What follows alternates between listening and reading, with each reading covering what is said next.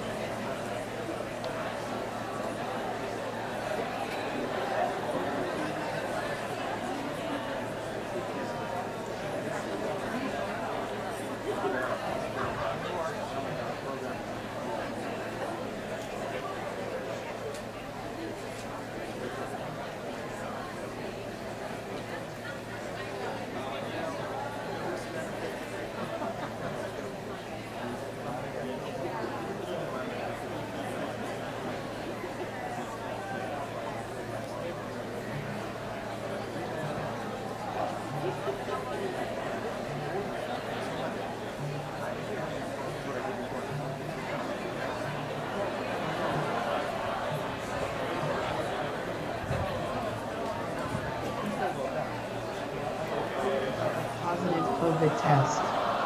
After all this time, and I promise, despite following public health guidelines to a T, the global pandemic finally caught up with me. So I'm dutifully isolating at home, watching you all on the live stream and wishing that I could be with you in person. I hope it's been energizing to be on campus, reconnecting with one another. I know as students you didn't get as much time to do that as you would have liked. But in spite of that, today you share a bond that very few cohorts can claim. You studied public health while confronting the worst public health crisis in a century. Together, you went from being pupils to practitioners virtually overnight.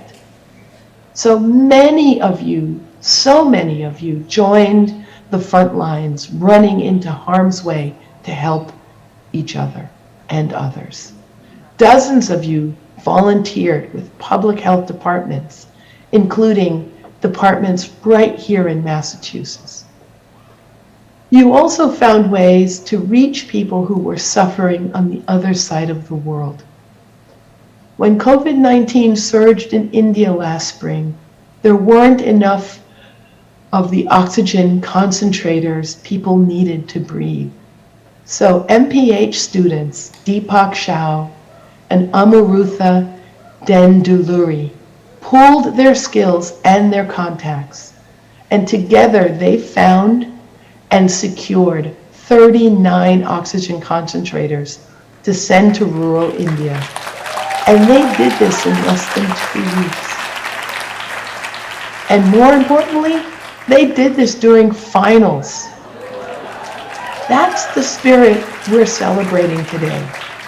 I'm truly moved that so many of you made the trip here to Boston, even though you already have your degrees in hand. And I'm delighted that you've had the opportunity to meet classmates, faculty, and staff in person. I won't stage another convocation in 2 years just so I can personally have the chance to meet you myself. But please know that you're always welcome on campus, and that I will always welcome the opportunity to say hello in person. I'm going to pass the mic, the virtual mic, over to our outstanding Dean for Academic Affairs, Jane Kim, who has kindly agreed to take over my role in this ceremony. But before I go, let me say one more time, congratulations to the classes of 2020 and 2021. Congratulations, and thank you. The world needs public health leaders more now than ever, and you have all stepped up to the challenge. Congratulations. Jane, I turn the mic over to you. Thank you.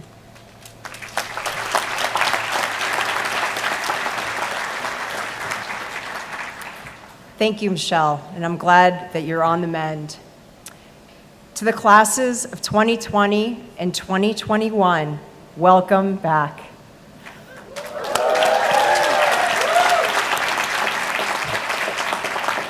This has been an emotional week as we process our grief and anger at the lethal rampage at Robb Elementary in Uvalde, Texas, coming just days after the mass shootings in Buffalo, New York, and Laguna Woods, California. It's easy to feel overwhelmed by the multitude and magnitude of the public health challenges we face, including the pandemic and gun violence. But there's a reason to be optimistic, and days like today remind us why. Looking out at the sea of crimson caps and gowns makes me remember my own commencement when I received my master's in health policy and management from Harvard-Chan. And don't ask me how long ago that was. It also drives home what it means to be part of our community. Just a few years after our school opened its doors in 1913, a new type of influenza emerged and quickly engulfed the world. At the time, humanity didn't even know that influenza viruses existed, so there were no lab tests to detect them, there were no vaccines to prevent them, no antiviral drugs to treat them, and no antibiotics to combat the secondary bacterial infections that so often followed them. All told, the Spanish flu of 1918 would infect 500 million people, 1/3 of the world's populations. By some estimates, the disease killed 8 to 10% of all young adults. Here in the United States, life expectancy plummeted by more than a decade in just 1 year. It was one of the darkest times for public health in recorded history. Many feared our cities would be engulfed in wave after wave of infectious disease. But that's not what happened. Indeed, the century that followed was one of unimaginable human flourishing. Global life expectancy not only rebounded, it soared. Think about this. Americans born in 1918 had a life expectancy of just 39 years. Their great-grandkids have double that. And that doesn't just hold for the global north. If you were born in India in the 1920s, you'd beat the odds if you made it to your 30th birthday. Today, you'd have a good chance of seeing your 70th. It's hard to overstate how incredible that is. This drastic shift in our fates is what economist Angus Deaton dubbed the Great Escape, where we've escaped the poor health and living standards that once capped our lifespans as a species. Broadly speaking, we are living healthier, wealthier, and longer lives than our ancestors, even our grandparents, could have imagined. The question is why? To what do we owe this incredible longevity? It's funny, we tend to give time itself a lot of credit. We have sayings like, "Time heals all wounds," as if the passing of years and decades somehow guarantees progress. Because we've seen such steady improvement in our own lifetimes, it's no wonder that people today assume that things have always and will always get better with time. But the truth is, it's what we do with time that shapes history and transforms lives. And one thing we've done over the past century is cultivate a robust and dedicated public health community. That has fueled our great escape in countless ways. There was the explosion of vaccine development for diseases like polio and smallpox, and the mass mobilization to get shots in arms. The invention of antibiotics, which halted rampant deaths from tuberculosis and pneumonia, not to mention from simple scrapes and cuts. Improvements in sanitation, refrigeration, and pasteurization. There were process breakthroughs, like the invention of randomized control trials that allow us to isolate cause and effect. And there were tireless advocacy campaigns for everything from safer working conditions to seatbelt laws, from food safety and air quality regulations to cigarette warning labels. Some public health developments were sudden and seismic. Others were subtle and iterative. But the cumulative impact has been extraordinary. Think of how much we've accomplished since the classes of 1920 and 21 were in your seats. We've won the fight against smallpox. Polio has been nearly vanquished. HIV and AIDS are no longer a death sentence. We've made groundbreaking advancements in cancer treatments. We've sequenced the human genome. Global hunger and malnutrition have declined, and child deaths have dropped more than 70% worldwide. Now think of where we could be in 100 years more. Of course, there's a catch. The more we benefit from public health, the more we, as a society, take it for granted. For the most part, progress in our field is marked by non-occurrences. The water that wasn't contaminated, the virus that didn't spread, the workplace accident that didn't happen, and the millions who didn't suffer or die early. All of that is hard to convey to the public. Put simply, counterfactuals don't make good headlines. So as life has improved, we've let our collective guard down. These past 2 years have laid bare so many of our resulting vulnerabilities. Inadequacies in our health systems, gaps in global coordination, underinvestment in social determinants of health, and long-standing inequities hiding in plain sight.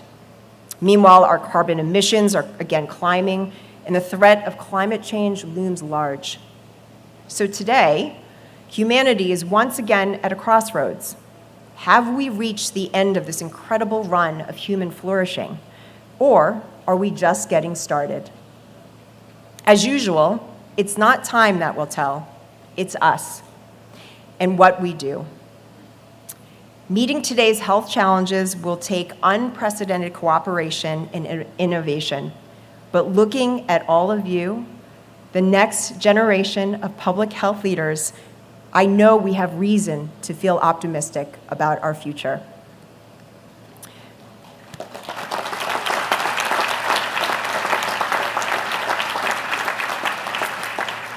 COVID-19 has been a devastating setback for global well-being, but it also offers us a new beginning we haven't seen in a century, an opportunity for countries to rebuild smarter, greener, more resiliently, and more equitably now than ever before. Already, we're seeing early inklings of progress, not just in biomedical achievements like the vaccines and antivirals, but in our awareness and priorities. Look no further than the surge in interest in public health programs across the country. Applications were up 40% from 2020 to 2021 here at Harvard Chan alone. Now, don't get me wrong, we have a great marketing team, but I think there's something else to this spike. Indeed, public health is having a moment, and all of you are poised to take this moment and turn it into a movement, one that will usher in the next great period of human flourishing. Everything you've learned during your time here has made you capable public health stewards, but going through this crisis will make you exceptional ones. And because of it, you are the ones who will drive our next century of progress, our next great escape. So thank you, and again, congratulations to the class of 2020 and the class of 2021.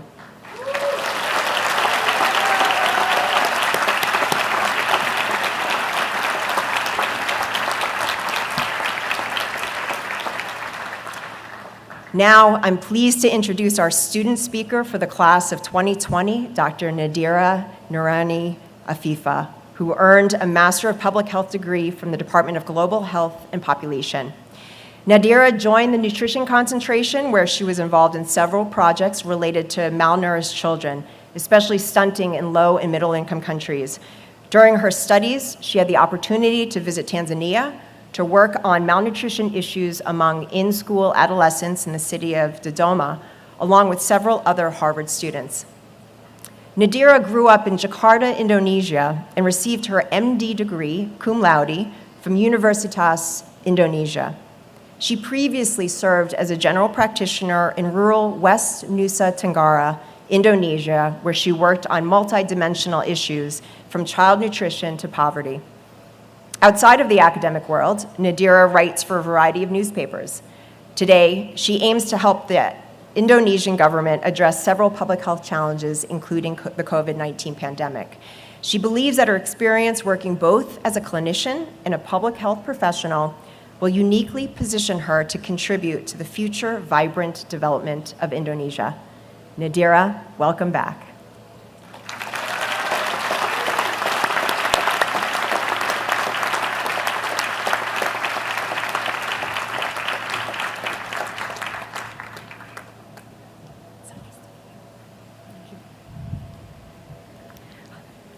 Good afternoon, everyone.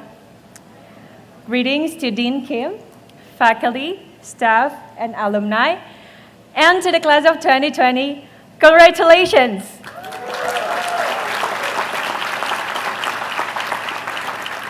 Congratulations to our parents, friends, and loved ones, without whom today would not be as special, as it is a day we have all earned and cherished together.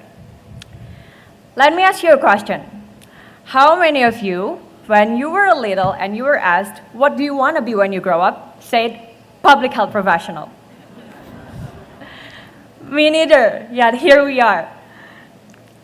2 years have passed since we graduated, and it still feels surreal for me to be on this podium and gather with you all once again in our beloved school.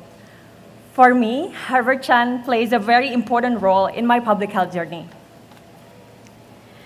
I will never forget my first day of orientation at the school.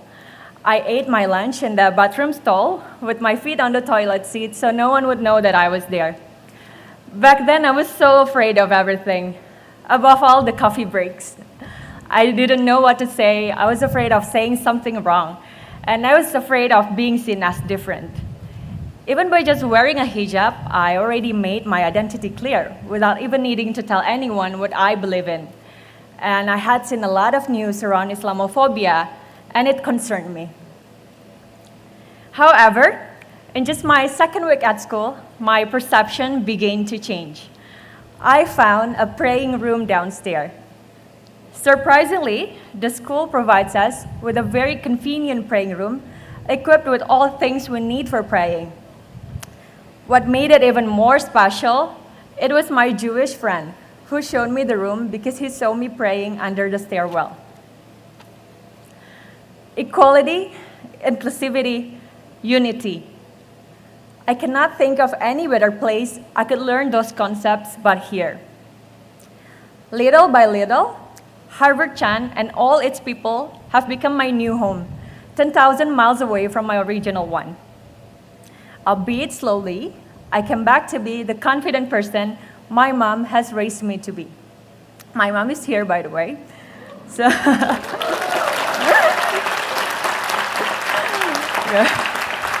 so Mama has always been the one who inspires me. She's the youngest child of 11 siblings, born and raised by a rural farmer in a rural Sumatran island in Indonesia. Farmers' kids didn't go to school those days. Her sisters and brothers worked very hard to get Mama to college, and she didn't take it for granted. When I was a kid, Mama taught me an important lesson of life. Dream high, because our only limit is our mind. That is what keeps her going through the tough times. Despite being underprivileged, Mama managed to raise 3 children who all completed master's degrees.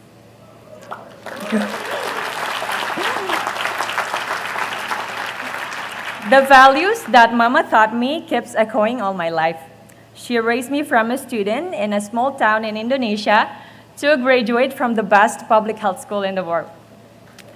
From the beginning of my journey as a public health professional, I promised myself that I would always apply my knowledge and contribute to society. And I encourage you all to promise that we will not stop ourselves from leaping higher and making an impact to the world through public health. Public health provides us with the opportunity to save the lives of millions and improve the health and longevity of generations and generations to come. It is only through public health that we can see the entire countries setting aside their differences and pooling their resources to end the pandemic. And COVID has shown us that no matter how privileged we are or no matter where we come from, we are exposed to the same risk that only through helping each other we will survive. For a moment, people are united through public health efforts despite the difference in ethnicity, nationality, or spirituality.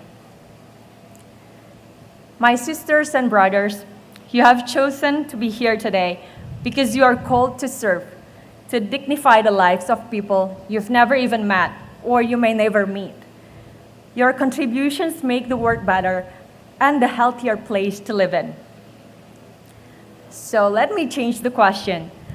How many of you now can proudly say, I'm glad to be a public health professional?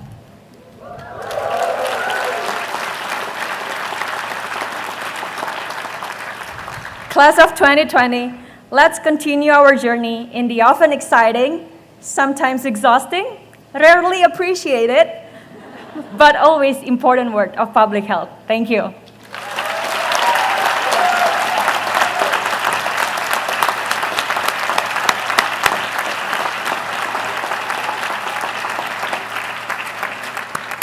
Wow, wonderful. Thank you, Nadira. And now for our student speaker for the class of 2021. During his time at Harvard, Russell Simons worked as a public health fellow in the office of Massachusetts State Senator Joe Comerford, drafting legislation to promote racial and health equity in policymaking across state government. Russell grew up in Larchmont, New York.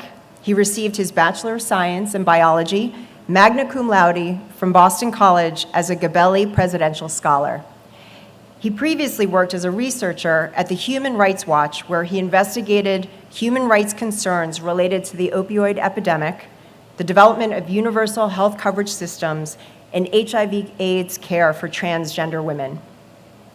Russell is finishing his MD at the University of Chicago and pursuing a residency in general surgery. He is fiercely passionate about fighting health inequity in all forms and promoting social justice. Russell intends to use his training in medicine and public health to make a meaningful difference in his patients' lives and to play an influential role in U.S. policymaking. Russell, take it away.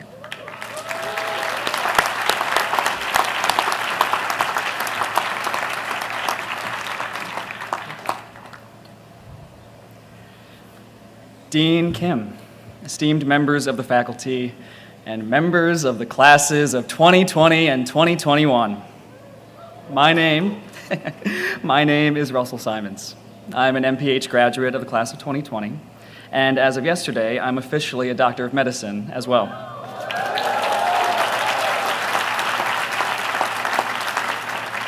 Despite the craziness of the last 24 hours, I am so happy to be here with all of you. If you remember, it was almost 1 year ago, or for some, 2, that we tuned into our virtual commencement exercises. Now that we're all here gathered for graduation 2.0, I think this officially makes us the only 2 classes in Harvard's 386-year history to graduate twice from the exact same program.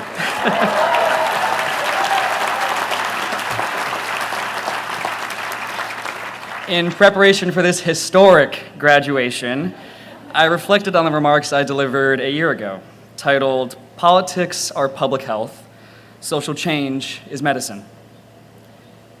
I think, regrettably, that message is just as relevant today as it was last year, as our nation continues to find new and devastating ways to politicize the public's health.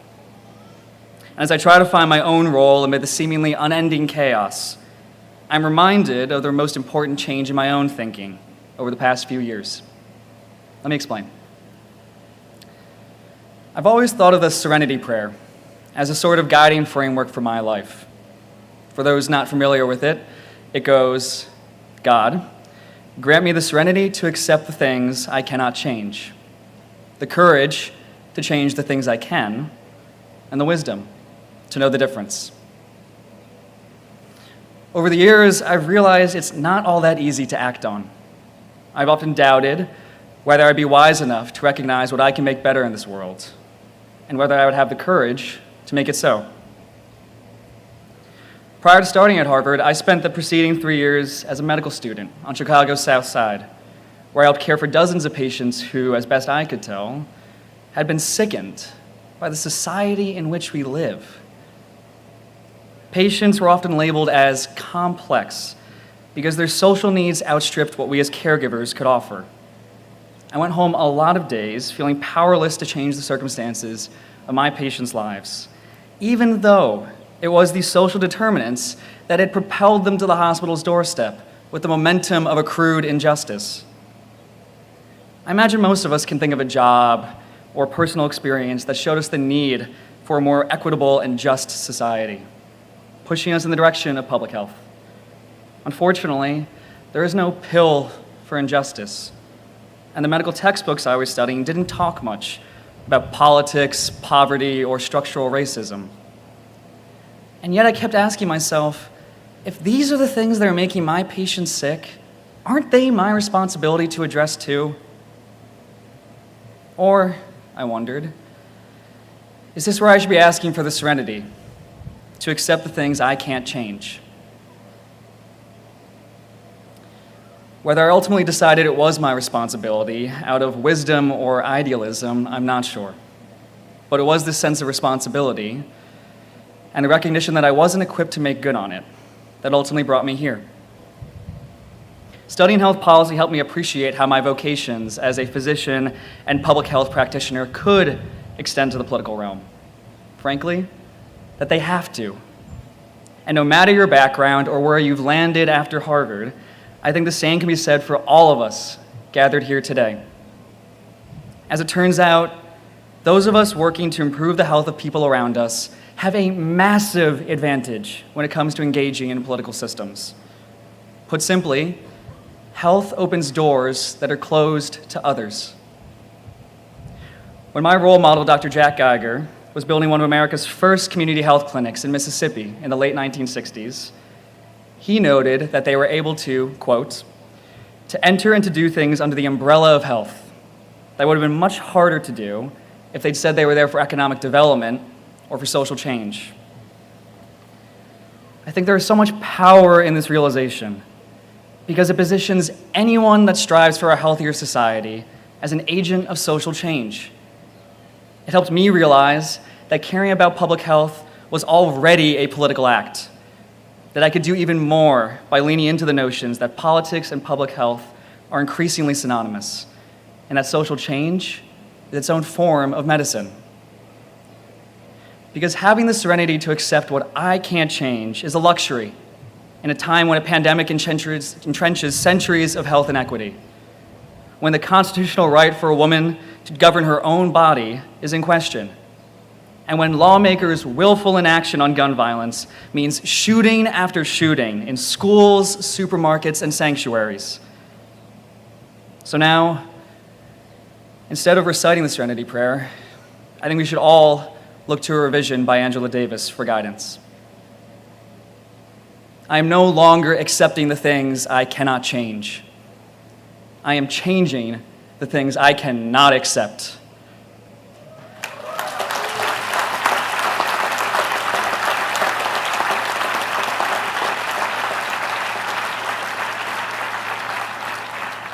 This is the message I am taking with me as I say thank you.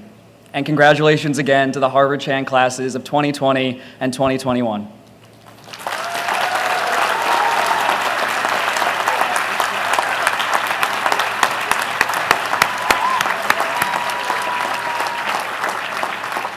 Thank you, Russell, and congratulations on your dual graduations.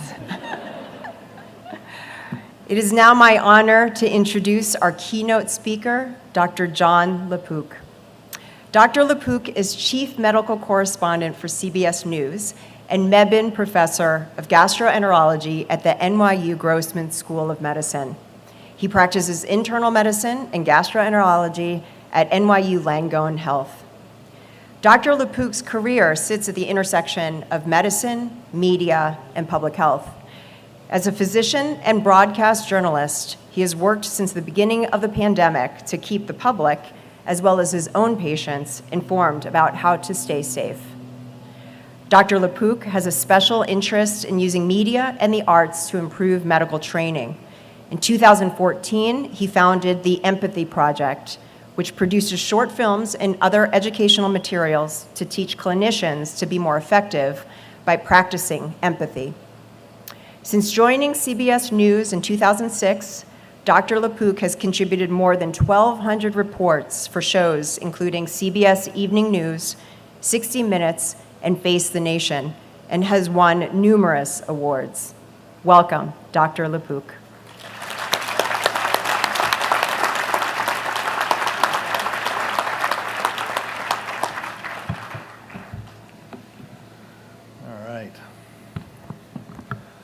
Well, first to call an audible. Wow!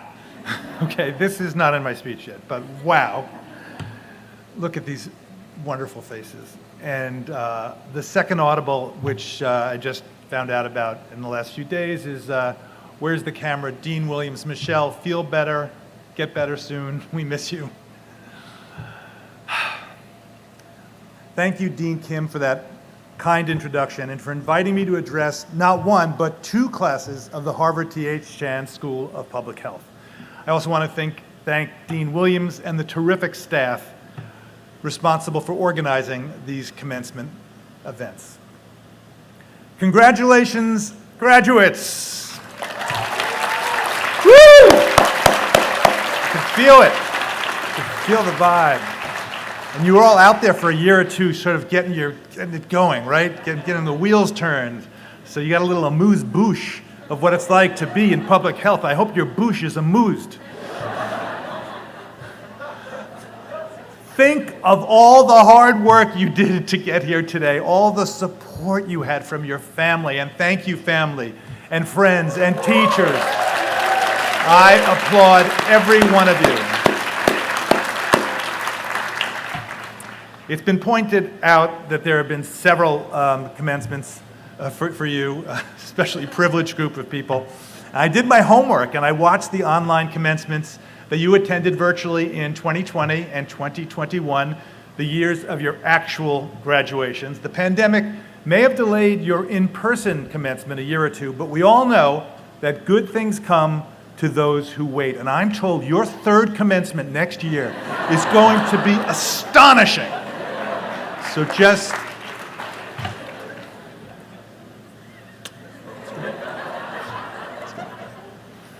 I recently interviewed your remarkable dean, and she is a remarkable dean. Do you have any idea how lucky you are? She's amazing. I interviewed her for a CBS Sunday morning piece about the state of public health in America, and she told me, and of course this will come as no surprise to any of you, that as a nation, we have underinvested in public health for decades. The pandemic has been a stress test that's highlighted fundamental problems, among them healthcare inequity, of course, inefficient ways of gathering, analyzing, and communicating health data, and lab systems that fell far behind our need for testing and surveillance. And making things worse, an epidemic of misinformation and, yes, disinformation, infecting the national conversation. All too often, facts have taken a backseat to personal or political beliefs. Public health officials have been ridiculed and even threatened with physical harm. We've all seen that, and we've all heard it. Given all that, why is it that in the last 2 years, applications to the Harvard T.H. Chan School of Public Health have soared by 67%? I'm guessing it's not because of the big bucks that await you in this field. No? Am I wrong? Maybe. My theory is what has brought you all together, what you share, is a gift for empathy. And empathy is what I want to talk to you about today.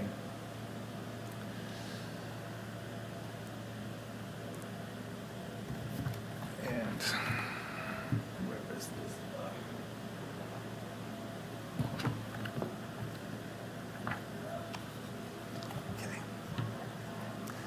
As Dean Kim suggested in that gracious introduction, my career sits at an unusual intersection of medicine, journalism, and public health.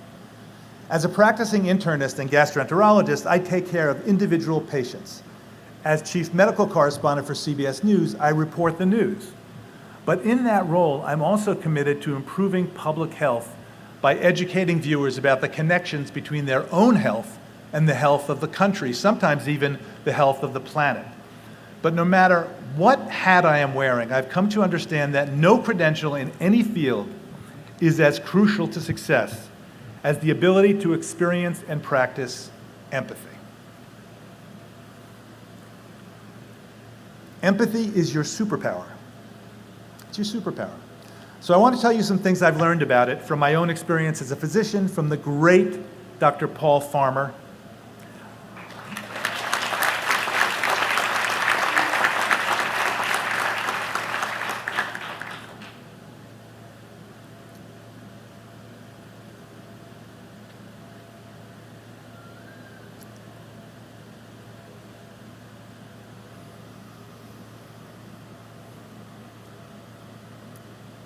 From workers in the COVID wards during the early days of the pandemic,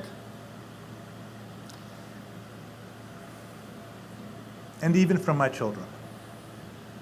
9 years ago, I came to the NYU Grossman School of Medicine to start something called the Empathy Project, We bring together leaders in medicine, education, entertainment, and technology to promote empathy in healthcare using Hollywood-quality short films.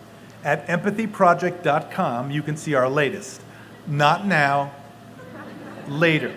But go to empathyproject.com. Our latest is a 7-minute animation called The Elephant in the Waiting Room, and it focuses on implicit bias and racism in medicine. You'll get to meet Denise, the empathy elephant, voiced by Whoopi Goldberg, no less. Thank you, Whoopi. Who gently nudges our protagonist, voiced by Ed Helms, thank you, Ed, to follow an empathetic path. We almost played a clip of it. We decided not to because it's about 7 minutes, and we didn't want you seeing something out of context because we took 1.5 years for us to do that, and we want to make sure you see the whole thing and not out of context. So what is empathy? Definitions vary, but at the Empathy Project, we define it as the practice of authentically trying to understand another person's lived experience through communication, and more specifically through engaged curiosity. Think of it. That is exactly what you will be doing in the field of public health. Authentically trying to understand another person's lived experience through communication and engaged curiosity. People respond to empathy. It turns out patients who experience their caregivers as being empathetic have better outcomes than those who don't. They're more likely to follow advice, for example, to manage their diabetes correctly. Empathy can help us identify and minimize implicit bias. It can improve communication.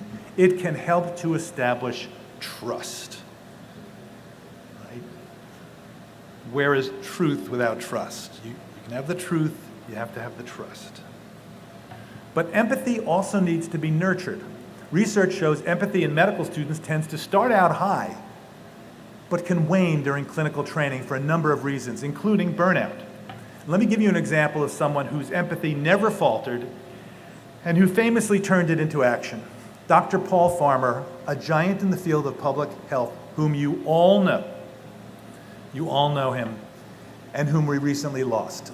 I met Dr. Farmer soon after the deadly 2010 earthquake in Haiti. I had been doing a story for CBS News in Port-de-Paix in northern Haiti, the poorest part of the poorest country in the Western Hemisphere. I was in a one-room combination neonatal ICU and delivery room. To my right was a premature baby boy. You can still see him, clinging to life with the help of the one portable oxygen machine they had, the oxygen concentrators that Dean Kim mentioned. So to my right was this premature baby with the one and only one oxygen machine in the room. To my left was a woman in labor. Suddenly, her unborn baby's pulse dropped. Suddenly, the unborn baby's pulse dropped. After a few minutes, the oxygen machine was wheeled from the premature baby to the woman in labor. A Sophie's choice, right? The woman in labor delivered a healthy girl. The premature baby died. In the United States, that baby would have had more than a 90% chance of survival. And when I told Paul Farmer what had happened, he was outraged about yet another example of people being victims of tragic healthcare inequity. But Paul was uniquely talented at harnessing his empathy to make the world a better place. 2 years after the earthquake, I interviewed him in central Haiti in a brand new, state-of-the-art hospital made possible by a collaboration between the Haitian government and Partners in Health, the terrific organization he co-founded. And as we walked through the halls, there's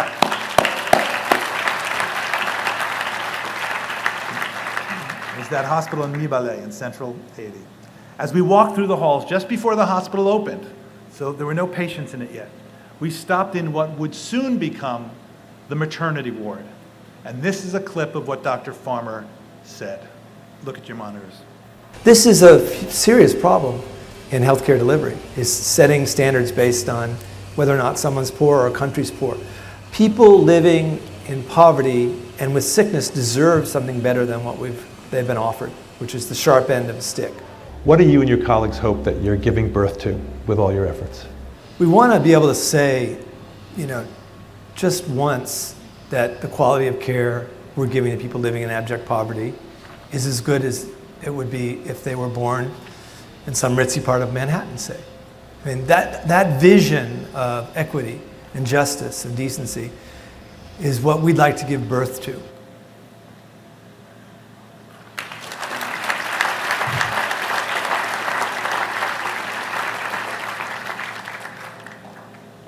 What's so remarkable looking back at that is he summed up his entire life's mission in that one sentence. And I urge you to go back and look at that clip again. It's posted and you'll be able to see this, but we miss you, Paul. What comes across to me so powerfully in that clip is that Paul was personally offended by healthcare inequity, personally offended.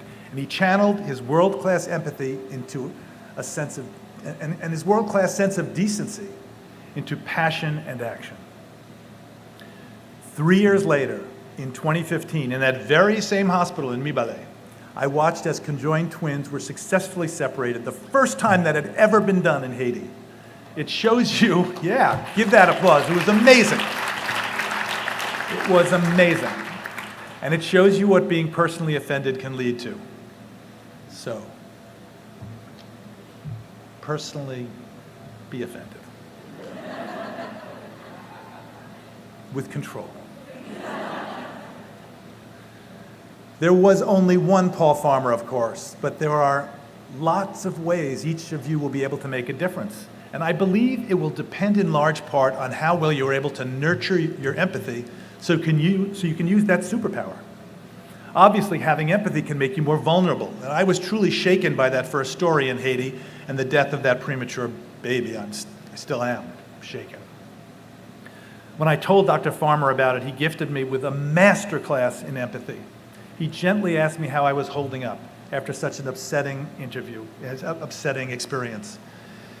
He knew and was teaching me that we not only have to have empathy for the people we're trying to help, we have to have empathy for ourselves and for one another.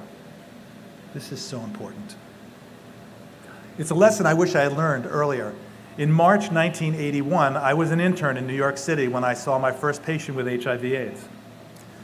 He died, and for years, so did all my other patients with AIDS. Every single one. Every one. And then in 1987, the FDA approved the first effective drug to treat AIDS, AZT. Gradually, over the years, treatment improved and AIDS became a more manageable chronic disease, though still often devastating. Over the next 30 years, images of those brutal early days remained with me, but mostly stayed in the background. Then, 11 years ago, I saw The Normal Heart, a gut-wrenching play by Larry Kramer about the early days of the epidemic. And at the end, the names of people who had died of AIDS were projected on the walls of the theater. I couldn't move, my eyes filled with tears as the sadness of that time came flooding back. Now, those memories were a big reason why, in April of 2020, I helped out on the COVID wards at NYU Langone Health, where so many patients were dying despite all our best efforts. I wanted to share what I had learned with the young students, doctors, and nurses who might be feeling as helpless as I had felt in 1981. Well, they were way ahead of me. These young clinicians in training already understood it was okay to shed a tear or two, not decades later as I finally had, but in the moment, the end of the day, not 30 years later. And it was okay to take advantage of mental health services to help deal with the stress and avoid burnout. My advice to you is to be very aware of the enormous challenges you will likely be facing. It's essential to help yourselves if you want to enjoy a long and productive career helping others. Reminds me of in an airplane, right? When the oxygen drops, you put your own on first, right? So you can then help the person sitting next to you. You're going to be in the unenviable position of getting little or no credit when you do your job right, as has been pointed out already. During the CBS Sunday morning interview, I said to Dean Williams, well, it sounds like when the healthcare system is working well, you don't notice it. She answered, yes. When public health works, nothing bad happens, so you don't notice that the child that had a spill on the bicycle got up and is just fine because they're wearing a helmet. On the other hand, when things go wrong, you're going to be in for a world of criticism. And that is why having empathy for yourself and for each other is going to be so essential. You are entering a profession at a time where it really needs you. And when the tools for helping people have never been more powerful.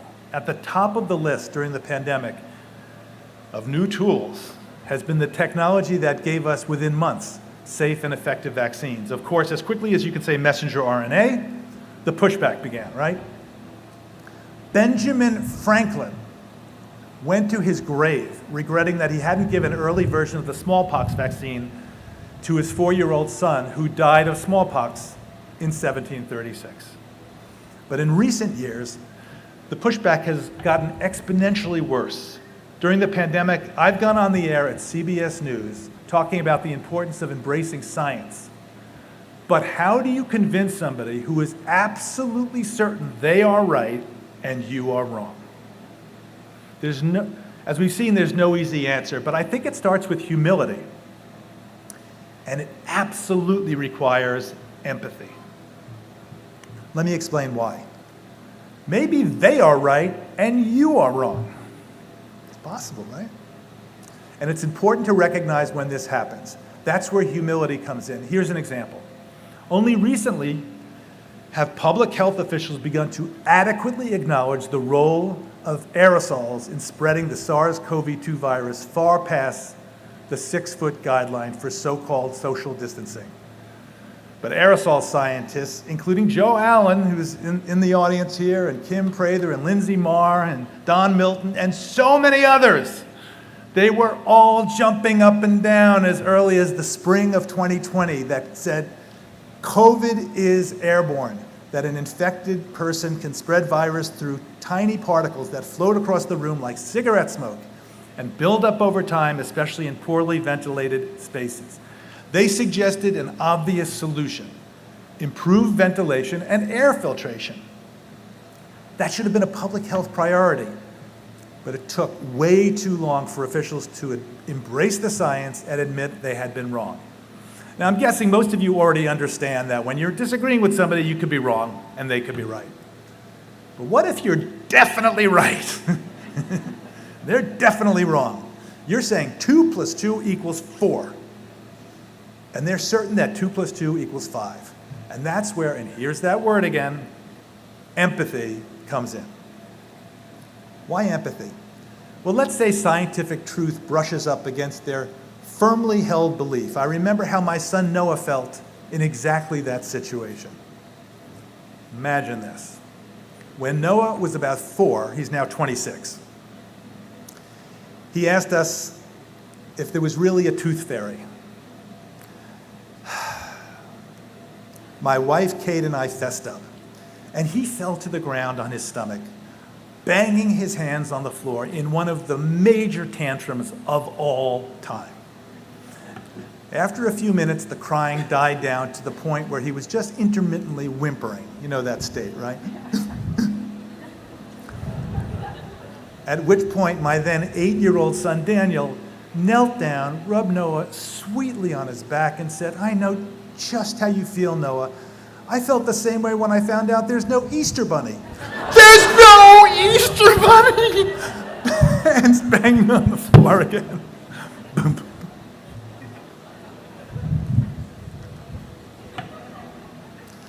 To Noah, that was a full-scale assault on his belief system.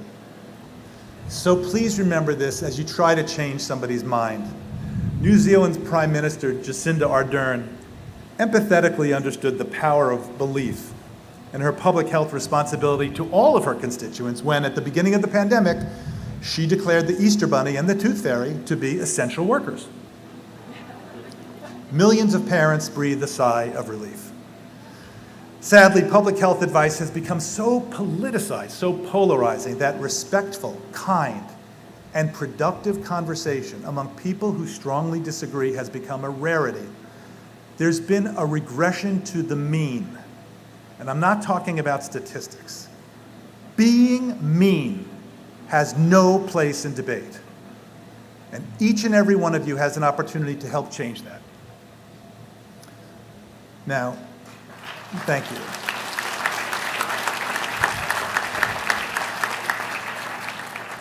For sure, there are people you will never reach, but you can still be ambassadors for an empathetic approach. And modeling that approach has value even if you fail to change somebody's mind about a specific issue. Way too often, conversations begin with people coiled, ready to strike. An empathetic approach begins with people uncoiled, ready to listen. You've been studying about public health during, of all things, a pandemic. You've had a front row seat to witness what's gone right and what's gone wrong, not just here, but around the world. And we're going to be trying to recover from it for years to come. Fortunately, you graduates will be right in the middle of that healing process. I hope our leaders, and that's going to include you, have the humility, common sense, and commitment to take a hard look at the last 2 years, learn from them, and invest in a stronger, reimagined public health system. You have had a first-rate education that has helped give you the power to do great things. And as we know from the Spider-Man movies, with great power comes, everybody? Great responsibility. Front goes here. The hardest part of this speech, which it took me 3 months to write, I've never worked so hard on a speech, has been putting this hat on. And I love that you all knew, of course you all knew, with great power comes great responsibility. And that brings us back to the superpower of empathy and the example of Dr. Paul Farmer as someone who undertook that responsibility wholeheartedly. He had the courage, bless you, Paul, to stand up for what he believed, the honesty and humility to admit when he was wrong, and the decency and empathy to remain personally and passionately offended by injustice. And he had an amazing sense of humor, not taking himself too seriously. I wish that for all of you. I'm going to take a wild guess and say, if you're going into public health, you've got more than a little bit of idealism in you. Yes, there will be challenges ahead, and some of you will see things that will break your heart. But you have chosen a career, think of it, in which you can love going to work and get real joy from what you do. How great is that? It's great. My son is working at Lululemon right now. I mean, he's an aspiring actor, and it's not his life's goal. I mean, he does it, but you're going to work in a field right now where you can have fun, and having fun is part of it. It's important. Part of that not burning out. I have one last piece of advice. Enjoy this moment. When my mother was about to peel an orange, she would say, at this moment, this orange has never seen the light of day. Right? This orange, this moment. Today it would be called mindfulness. Back then it was just my mom peeling an orange.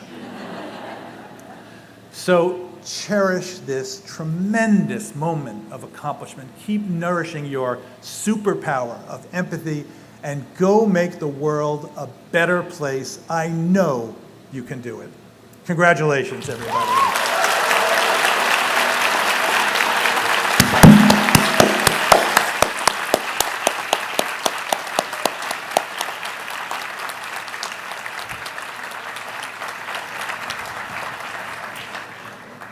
Thank you, Dr. LaPook, for your inspiring words. I know, I promise you all you'll be walking the stage soon. First, though, I'd like to introduce our alumni speaker, Dr. Trishan Panch. Dr. Panch has been a leader of our Harvard Chan community for several years now. He is a primary care physician and digital health entrepreneur. He co-founded WellFrame, a digital health company that uses technology to improve chronic disease management, and co-led the company from inception in 2012 to acquisition in 2021. He has also worked extensively in Asia and Europe, both as a clinician and health systems development expert. Dr. Ponch is the president of our Alumni Association, which I hope many of you will join if you haven't already, and teaches both at Harvard Chan School and MIT. Trishan, welcome back to another Harvard Chan commencement.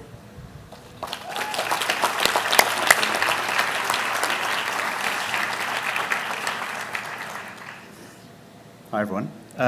Graduates of the class of 2020 and graduates of the class of 2021, proud parents and families, honored guests, friends, esteemed faculty and staff, and Honorable Dean Williams and Dean Kim, welcome. To the classes of 2020 and 2021, a long overdue, gloriously in-person, congratulations on all of your wonderful achievements, and especially on your patience, resilience, and considerable creativity in the face of truly unique circumstances. I'm sure you have undergone profound personal and professional transformations in the last few years. I myself came to the school in 2009 as a primary care physician and left in 2010 as the founder of a digital health company that we sold in 2021 when I became president of the Alumni Association. The last 12 years have been times of continuous growth and challenge for me, during which faculty and staff of the school and fellow alumni have been constant collaborators and supporters. On behalf of the Alumni Association, we hope that you feel the same, and we would like to remind you that, as your journey continues to unfold, we are all in this together with you. As you are no doubt aware, you have joined the family of alumni at a unique time in public health, when the broad relevance of public health has never been clearer. Dean Williams has helped us to identify the frontiers of public health, broad intersectoral challenges that affect everyone, independent of which geography you're in or which industry you choose to work in. Issues such as multi-morbidity and aging, the corrosive impacts of structural and physical violence, confronting climate change, cultivating well-being and nutrition, and of course, conquering pandemics. Though these challenges are broad and deep, there have never been more tools to address these issues, from machine learning to a new science of teamwork. And yet, you have collectively proven, once more, that the most important resource in the public health toolkit are its people, you. People who are able to relate scholarship to context and to relentlessly collaborate and innovate to make the impossible possible and then inevitable. The Harvard T.H. Chan School of Public Health is a global organization with a global cast of students, faculty, staff, and alumni. I myself was born Sri Lankan, became British, and am now a proud naturalized American. All of our paths, to some extent, have been determined by structural opportunity and the hard work of our families and communities, but also, for many, by colonialism, internecine interethnic conflict, and structural violence. The Chan School is both a global and an American organization. It is therefore itself rooted in the complex narrative that defines this country. An immigrant democracy, aspiring towards noble ideals, yet at the same time founded on bloodshed and built on the backs of slaves. At its best, the Constitution, and at its worst, the ugly stain of slavery. A duality that exists in most countries in some form or another. During your time at the Chan School, you participated in an epochal consideration, public consideration, of these issues in America. Your achievements, present and future, should bear tribute to the many we may not know by name who made this institution and this country possible. As Dean Williams remarked, our Harvard Chan community is committed to pursuing excellence in a way that honors all contributions and seeks to elevate, not erase, all backgrounds. We won't always get everything right, but we will always keep at it. For it is only by embracing this diversity and collaborating with open hearts and minds that we can tackle the world's most formidable problems. So, in this perfect moment, I would like to offer an intentionally imperfect thought that, though intuitive, I feel will otherwise get lost in the mix. That in spite of your considerable intelligence and now extensive training, you will continue to be flawed beings like we all are. No one is normal. In fact, the only people who appear normal are people who we don't actually yet really know.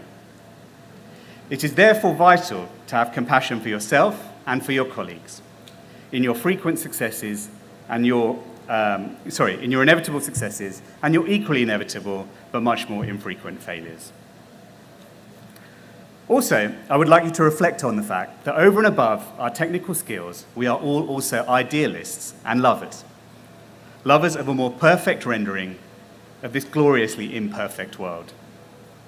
And so to conclude, I would like to read a few lines on this subject that I adapted from The Goldfinch by Donna Tartt, a book about a painting, but maybe also more metaphorically about public health and the love and ideals on which it is based. Insofar as love is immortal, and it is, each of you now has a small, bright, immutable part in that immortality. It exists, and it will keep on existing. And each of you now add your own love to the history of people who have loved beautiful things and looked out for them and pulled them from the fire and sought them when they were lost and tried to preserve them and save them while passing them on literally from hand to hand, singing out brilliantly from the wreck of time to the next generation of lovers and the next. Thank you, and once again, congratulations.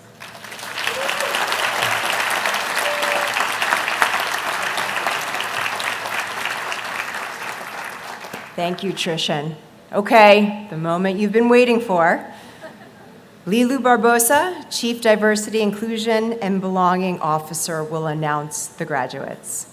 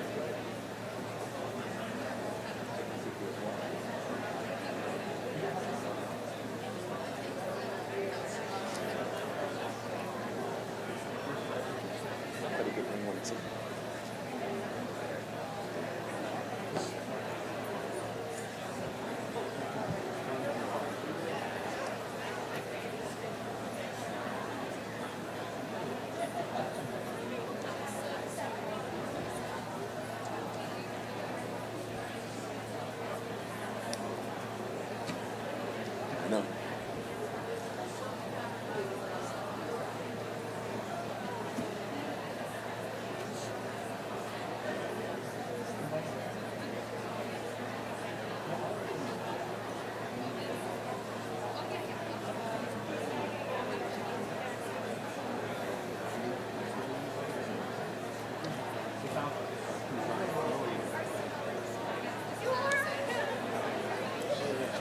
Bottle of water and spots on that.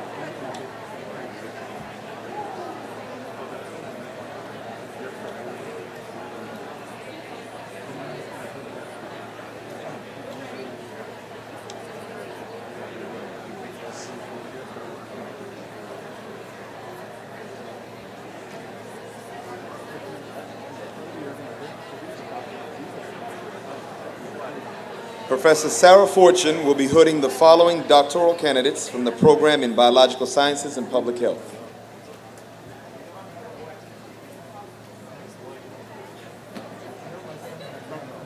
Nathan Daniel Hicks.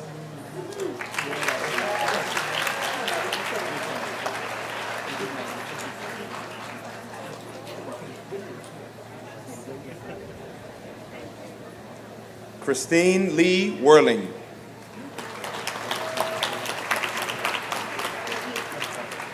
Dr. Heather Maddy of the Department of Biostatistics will be hooding the following doctoral candidates from that department.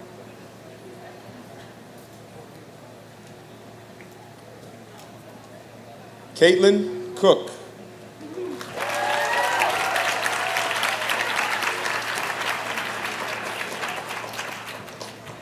Helian Feng.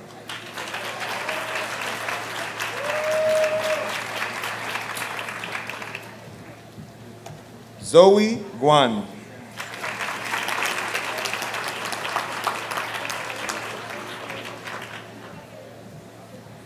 Xiao Li.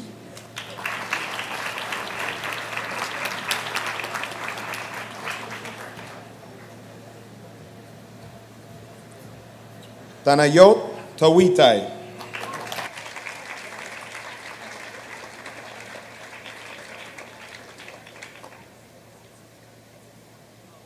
Shao Wu.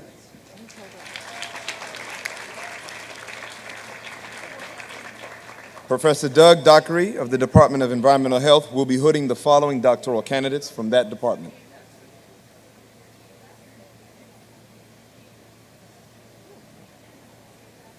Adriana McIntyre.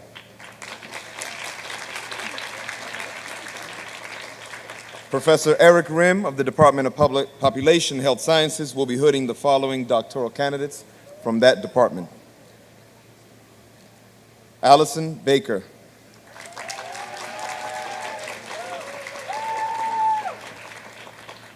Joseph Brush.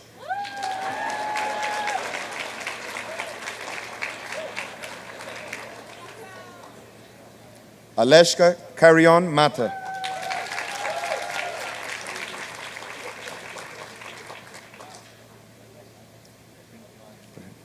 Hernani F. Choma.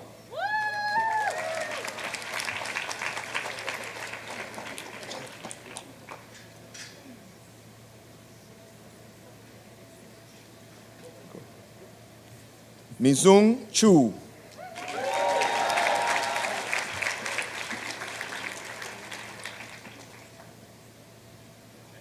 Emma Clark Dielder.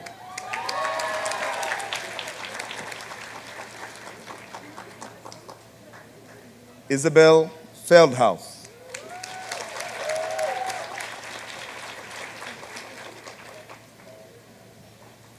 Emily Rose Jones.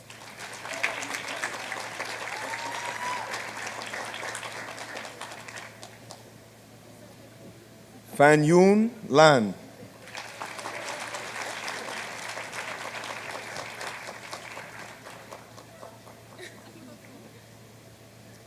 Jordan Lawrence.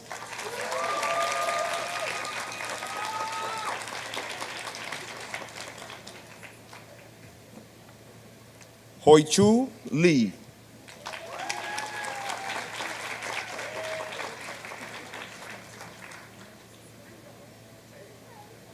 Susanna Maitro.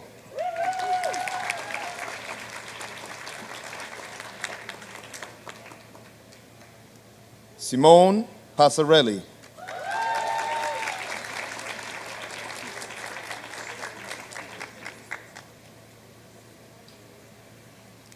Ajani Antonella Peralta.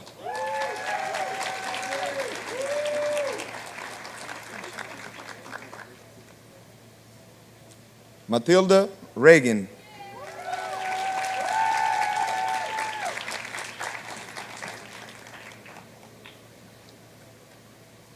Gabriel Schwartz.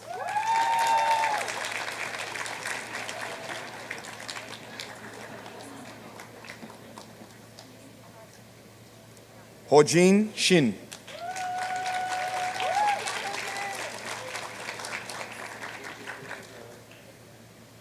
Zaina Ali Siam.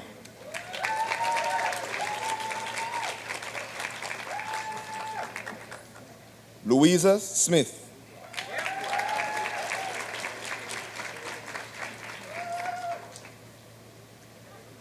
Jenny Sun.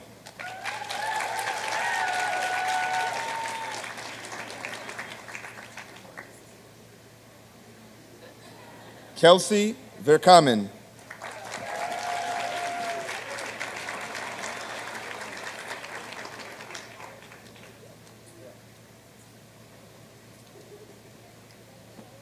Fenglei Wang.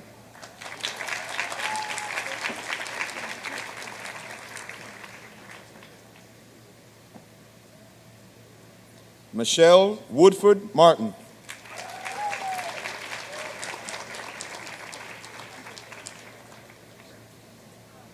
Tianxin Ye.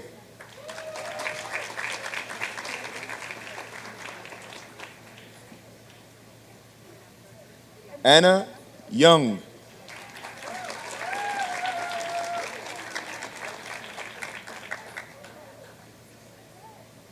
Qianyu Yuan.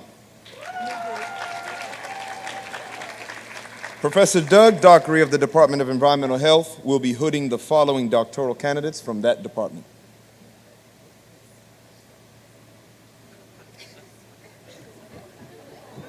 Erica Etland.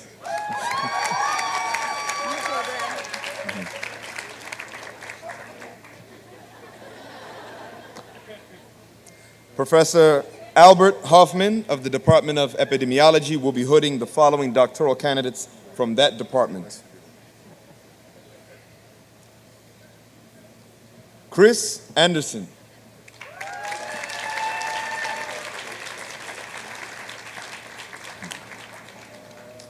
Chi Gao.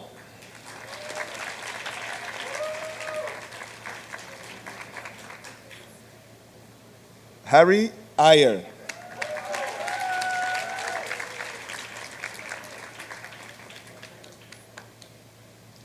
Roran Lee.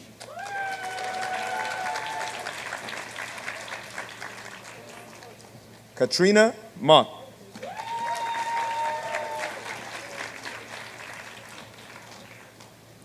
Gayun Yim. Professor Marcia Castro of the Department of Global Health and Population will be hooding the following doctoral candidates from that department. Alexander Kintu.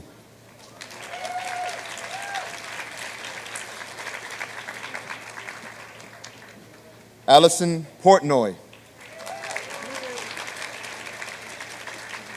Professor Frank Hugh of the Department of Nutrition will be hooding the following doctoral candidates from that department. Isabel Mazurera.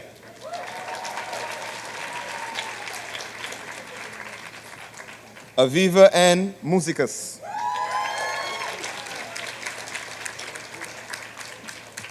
Marta Tamez.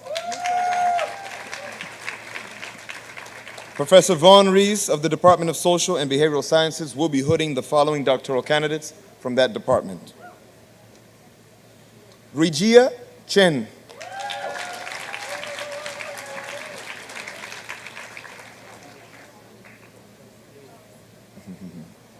Circe Gray Lecomte.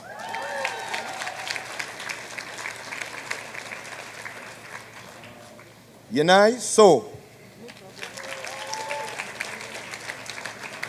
Rick Segrist, Director of the Doctor of Public Health Program, will be hooding the following DRPH candidates. Adil Bahalim.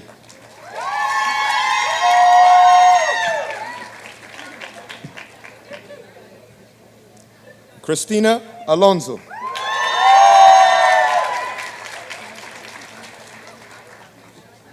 Amy Elizabeth Bantham.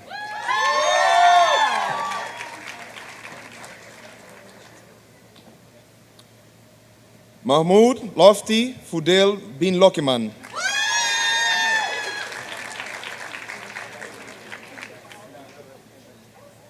Brian Ogrenville Buckley.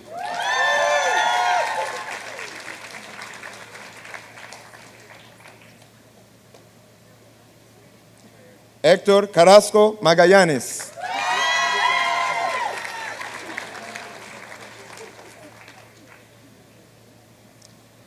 Jillian Christie.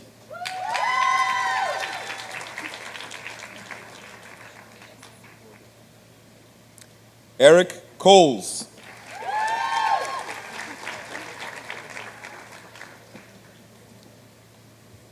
Joseph Corliss.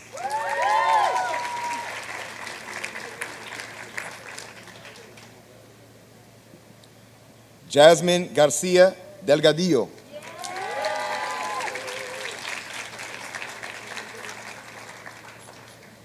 Ramon Lorenzo Luis Rosaguinto.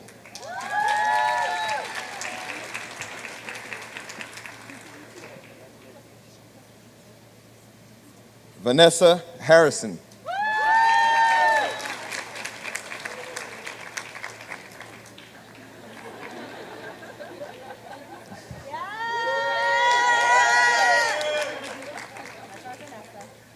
Jessica Huang.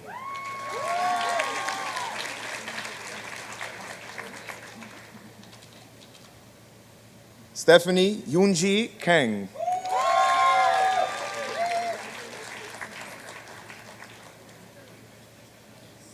Mariam Khalid.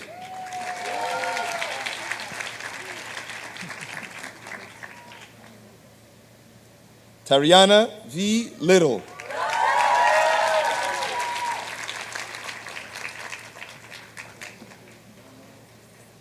Obiageli Okafor.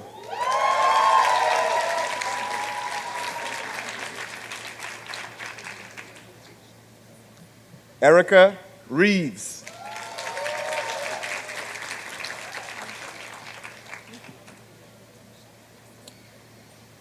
Absinat Rubsi Maila. Rusi Bamaila. Anshu Shroff.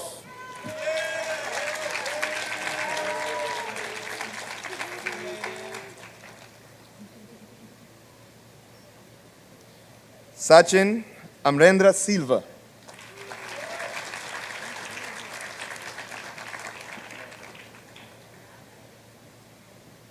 Maggie McConnell Sullivan.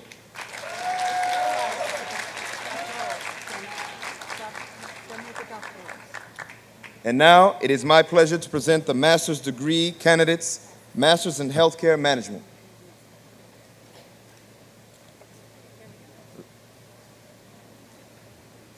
Raul Ayala.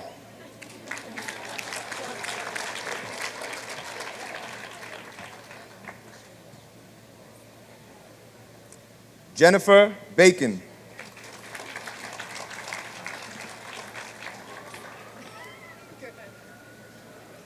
Naveen Balim. Danny Ross Brandstrader II.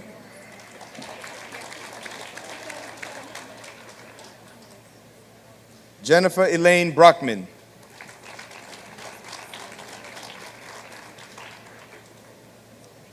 John Bussell.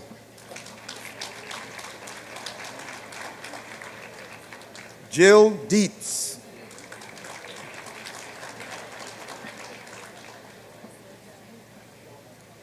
Roderick W. Fontenette.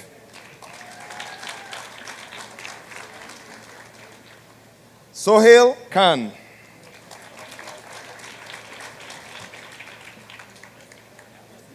Umash Koth.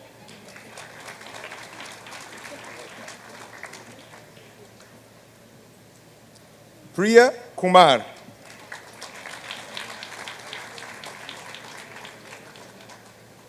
Troy Leo.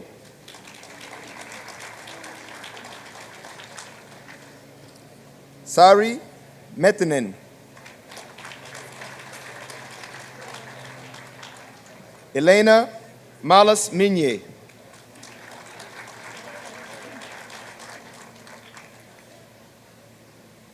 Quinn Yu Wen.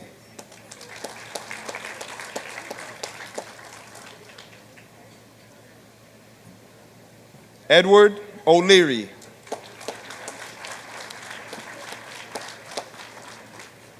Roxana Mola Saleh.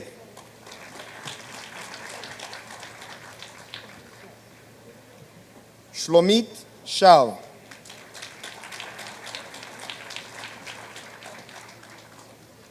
Punita Sharma.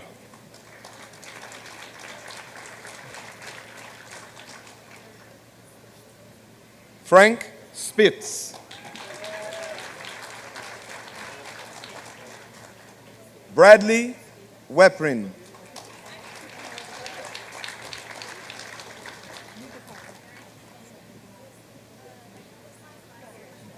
Janelle White. Master of Science in Biostatistics. Patrick Gravel.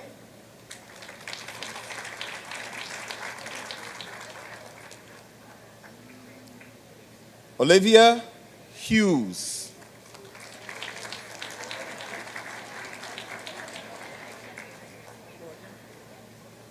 Rachel Ketchum.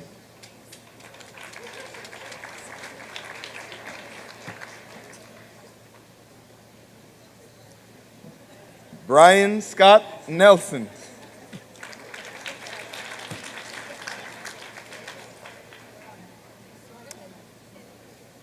Brooke Smith.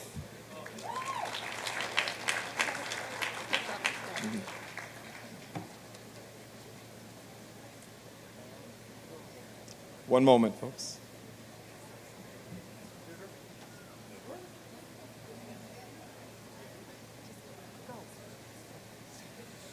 Tudor Castella Platon.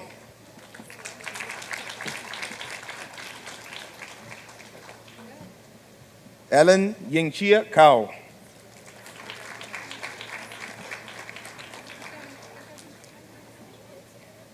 Catherine Sear.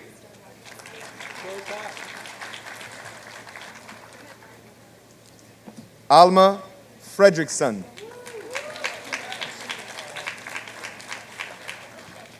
Dhruv Joglaiker.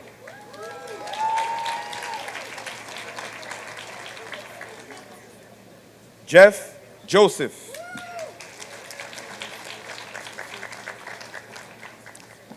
Daniel James Shinnick. Jeanette Varela. Hao Shui. Master of Science, Computational Biology and Quantitative Genetics. Anna Boomin.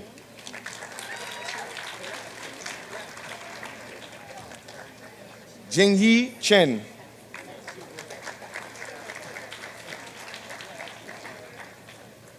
Grace Ding.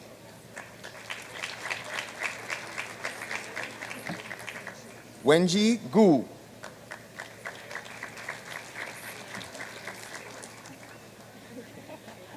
Shaoling Han. Yeah.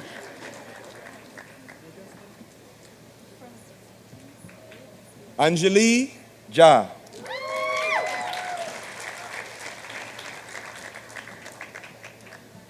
Haoshin Lee.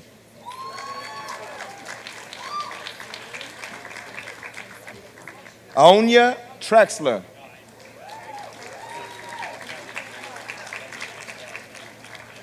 Hillary Sang.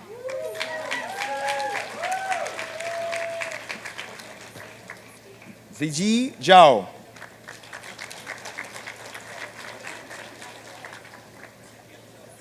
Xing Zhang. Shujian Zhu. Master of Science, Environmental Health. Kelly Chen. Shushin Dong. Shao Huang. Kalin Kravenko.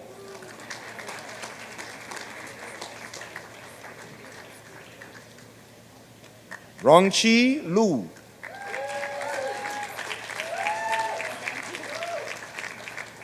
Wenxin Lu. Marlena Roman.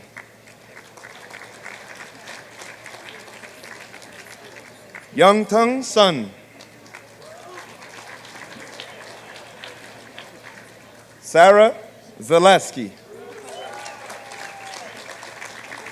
Master of Science, Epidemiology. Tariq Ahmed.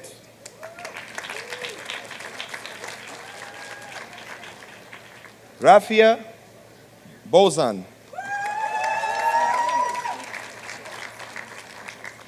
Lilia Bouzit.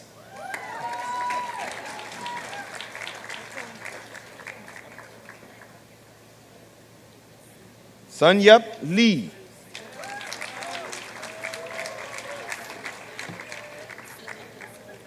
Sangwon Lim.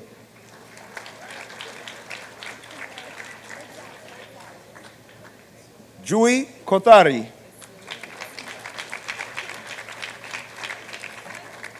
Crystal Sinyu Ma. Zishan Ma. Emma McGee. Mansi Mohan.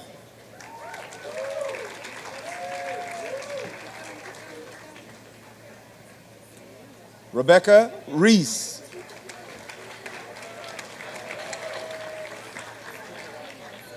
Eva Rumpler.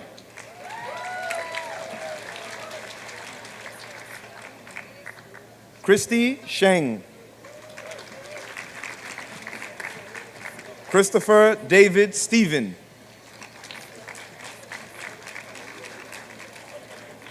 Nicole Thomas. Wanxing Shu.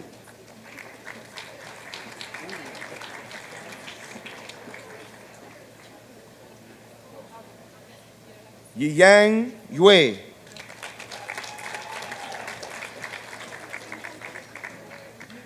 Jiayi Zhang. Master of Science, Global Health and Population. Esias Bettinger. Sarah Balongaita.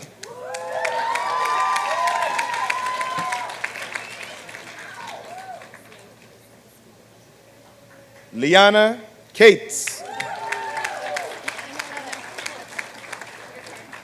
Sofia Comas.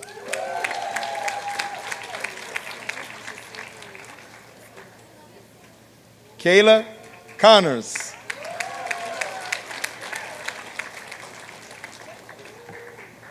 Sana Heather.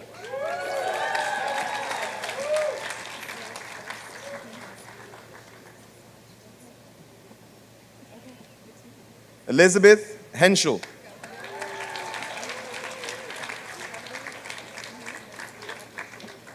Janella Sorin Kang. Sun Kim. Julie Sojin Kim. Christina Meyer.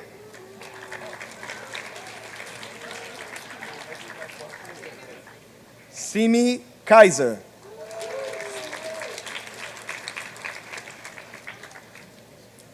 Malia Shefti. Valentina Vargas Enciso. Master of Science, Health Data Science. Dongzeng Yanrian. Ruafan Bai. Maya Garbulinski.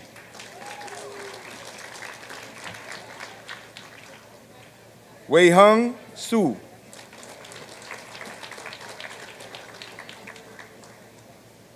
Jin Hee Hung. Santiago Romero Brufau. Jacob Rosenthal. Matthew Samuel. Amita Varma. Jenny Wang. Hyunlee Wu. Yufan Wu. Jerry Chang.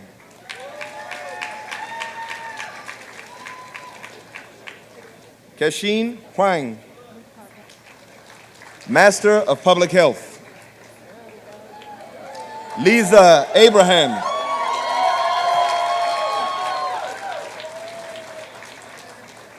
Nadira Nurani Afifa. Akinbanji Afolabi. Nikita Argwal. Aluwase Funmi Akeju.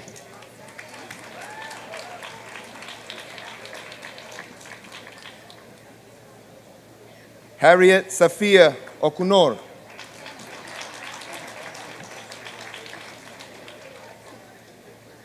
Elizabeth Alpert.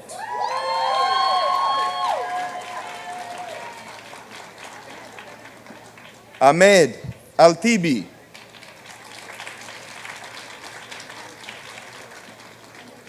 Tiffany Alunan.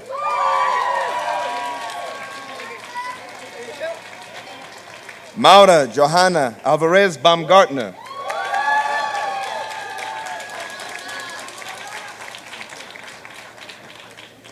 Joseph Andrews.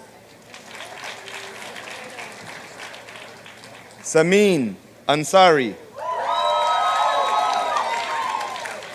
Hussein Antar. Sharon Awaj.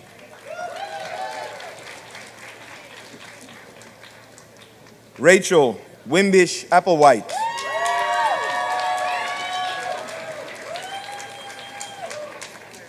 Brittany Arnold.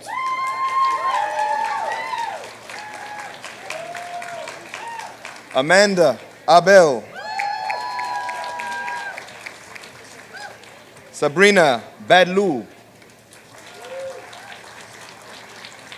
Murphy Barney. Nicole Bijani.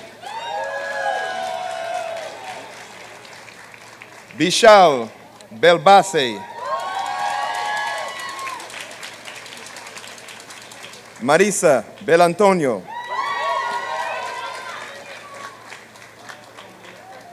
Vanessa Beltran.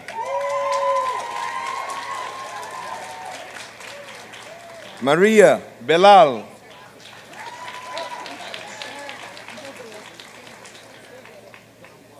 Sydney Birnbaum. Sophia Blackman Baich. Sapong Boateng. Dimple Brar.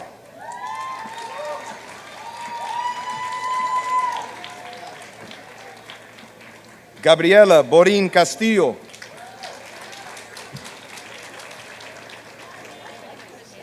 Christopher Brancado.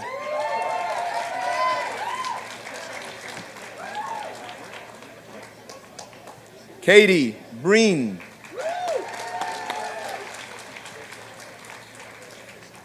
Morgan Broccoli. Sam Brophy.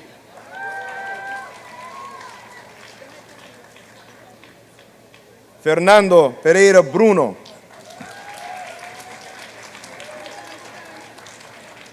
Sarah Bui.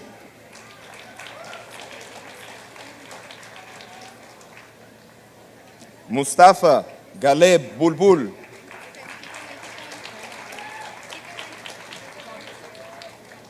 Gabrielle Cahill. Samantha Isabel Calero.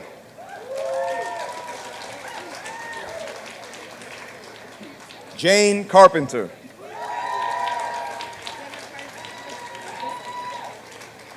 Donna Casey.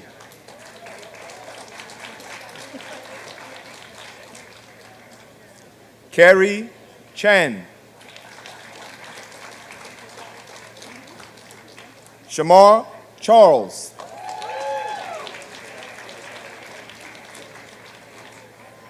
Magdala Sherry.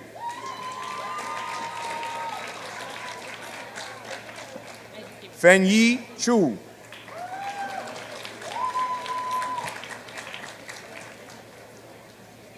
Shraddha Chabriya.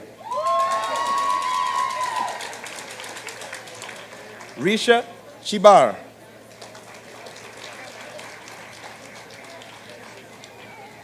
Fortunate Chifamba.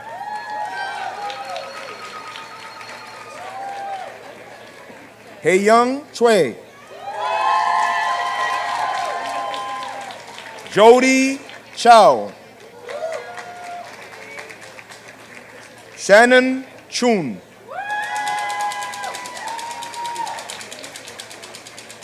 Althea Cook.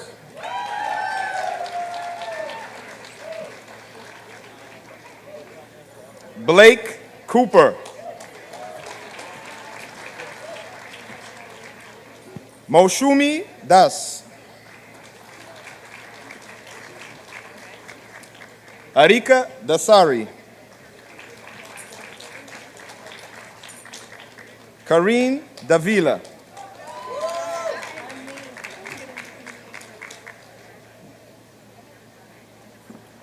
Shanika Louise Davis.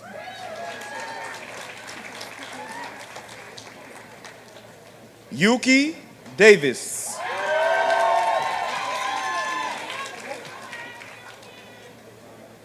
Eliana Deanda Duran.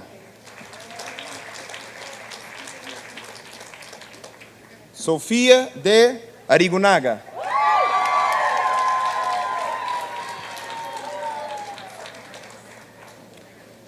Amruta Denduluri.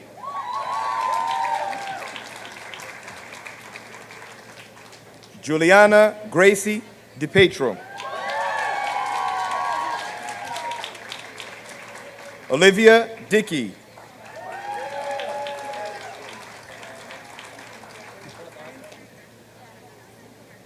Adam Andrew Dimitri.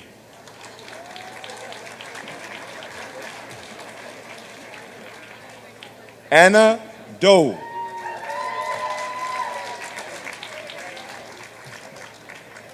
Christopher Doiron. Ryan Driscoll.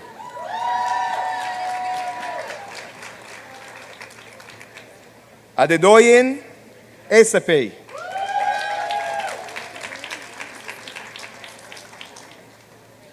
Whitney Eng.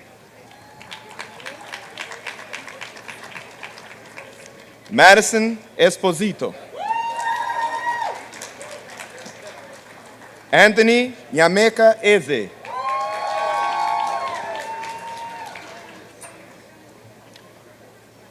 Jesus Fabregas.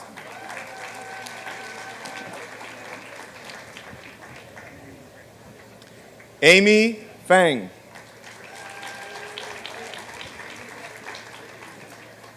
Sana Faruqi.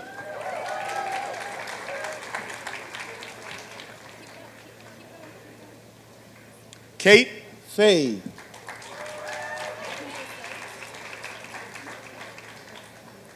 Sarah Ferguson. Catherine Fernandez.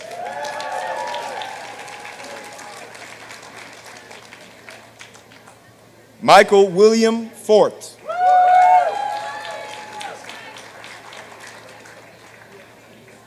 Caitlin Foster.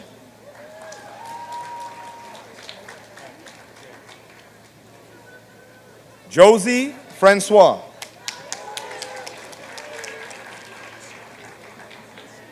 Jason Frederick.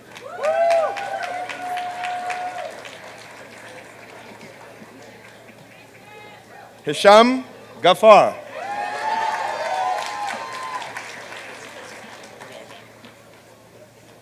Amber Gautam.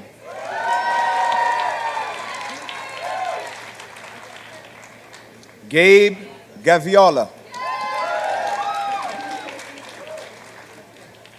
Catherine Gedgman.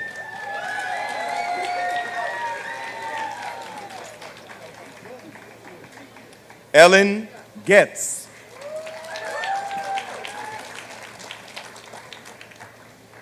Madeline Gilman.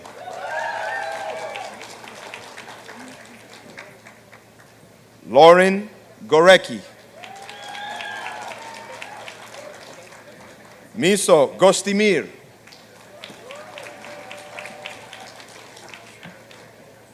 Jeffrey Graham.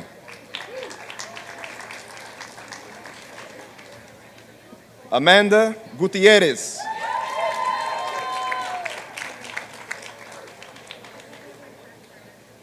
Abdullah Haddad. Andrea Christina Haig.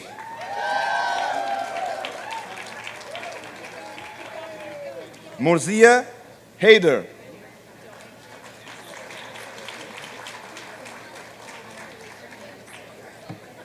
Mohammed Hamid.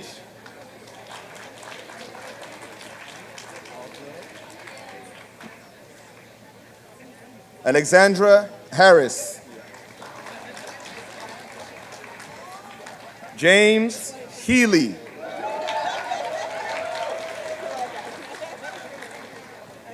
Allison Hempestall.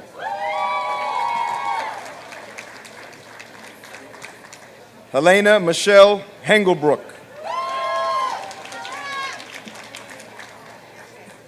Annie Huang. Ada Say.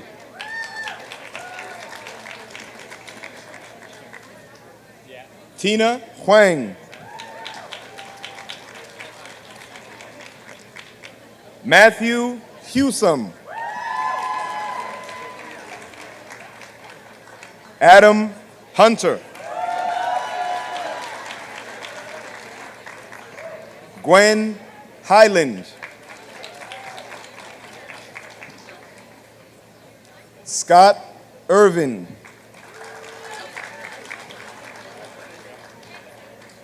Kripa Jalan. Jens Winter Jensen.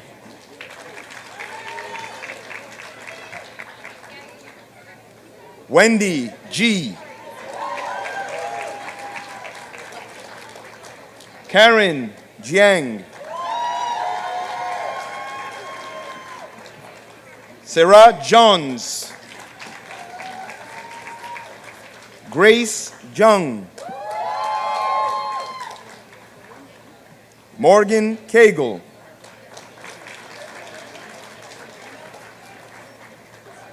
Kelila Kahana.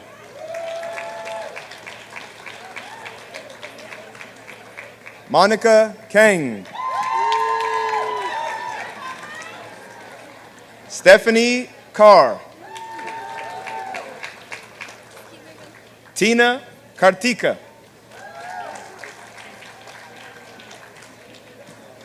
Benjamin Kasdin. Nisreen Kawa.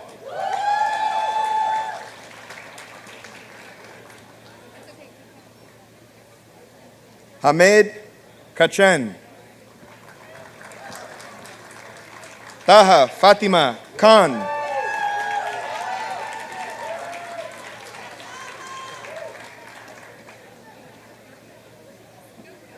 Oh, Bunsong Kyang Kitiwan.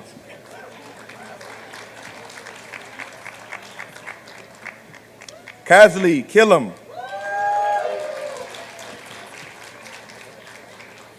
Hayin Kim.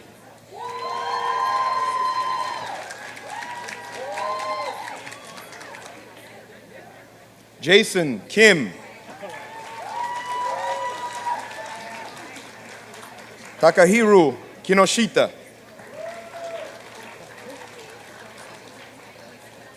Katie Klett.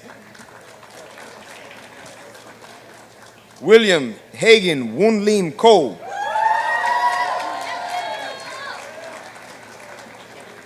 AJ Coley. Michelle Corte.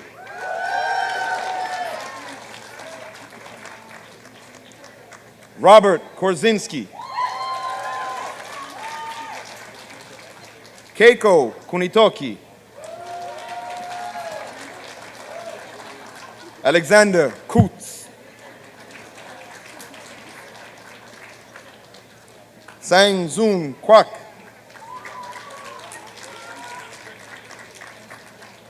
Jennifer Lashinsky. Monica Lazaro Davadi. Siobhan Lazenby.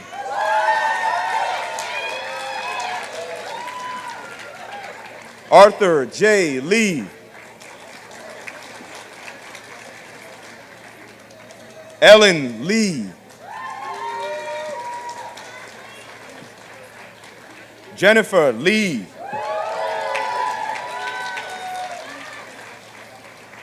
Yu Chen Lee. Xiaowen Leong. Joseph Maxwell Wai Shuen Leong. Amy Lee. Mingjing Lim. Rachel Lim. Todd Liu.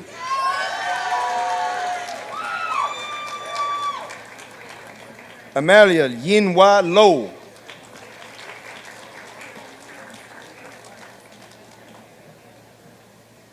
Adri Lofters.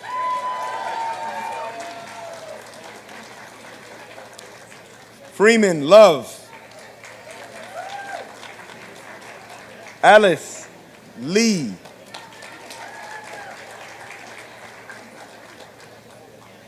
Christina Hare Lyons. Myra McLennan.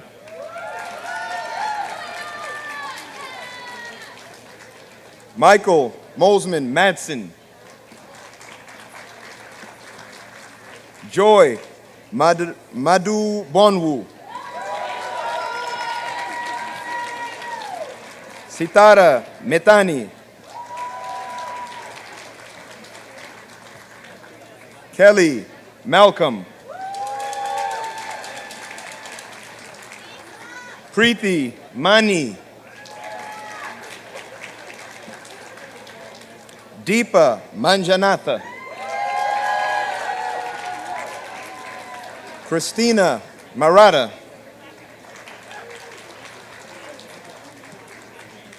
Dean Marengi.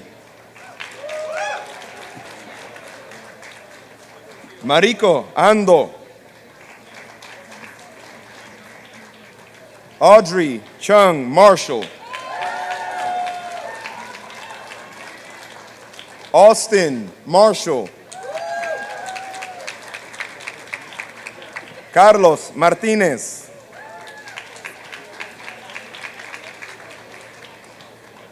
Thomas McCarty.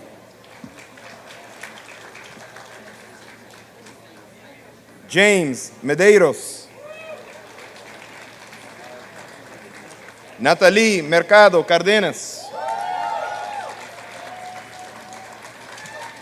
Rudvig Merchant.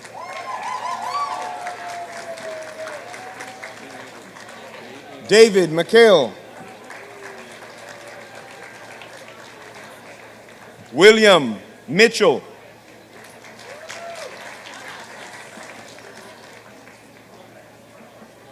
Brianna Moeller.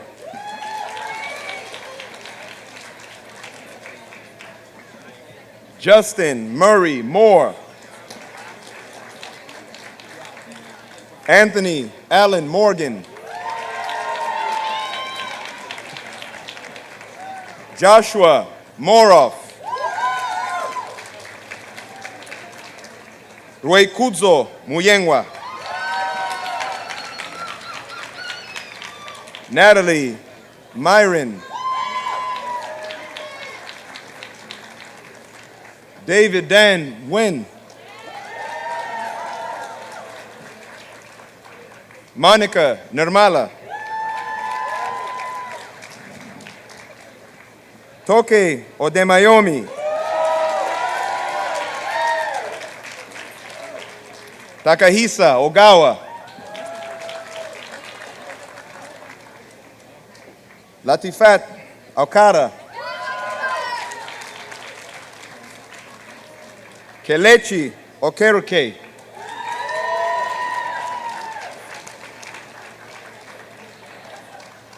Kanyinsola Oyeyinka.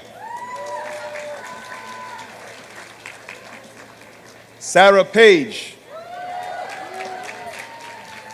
Lara Marie Fernando Page. Matthew Palakamanil. Urvashi Kundia. Anuj Parikh.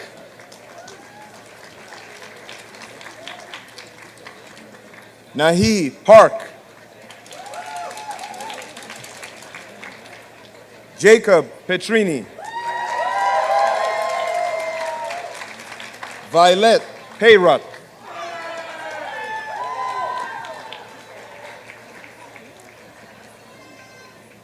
Alberto Plate Perano. Reagan Plakenpool. Thomas Pullman. Spiros Potidis. Rashmi Radhi. Partha Ray. Yuvaram Reddy. Latanya Antoinette Riddle Jones. Dana Rosenberg. Noah Kelly Rosenberg. Claire Rue. Teresa Rufin.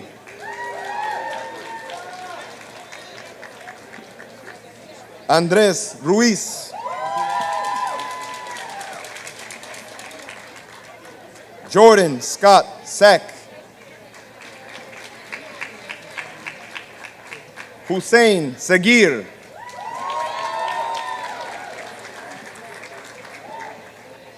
Paul Salama. Soziema Salia.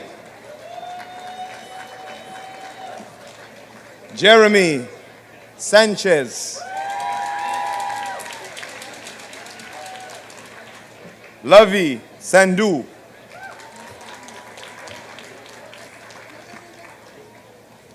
Nimerta Sandhu. Vatsalan Santirapala. Christina Scaduto.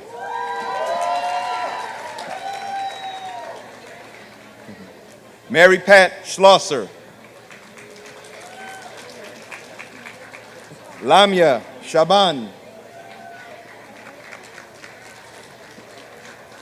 Ankur Sharma.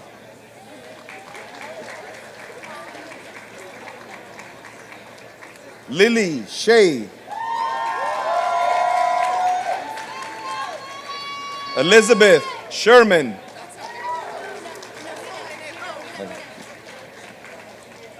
Jenna Sherman.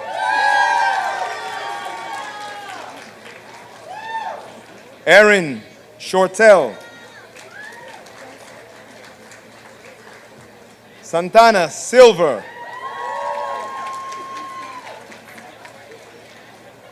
Russell Simons. Prince Singh. Viva Singal.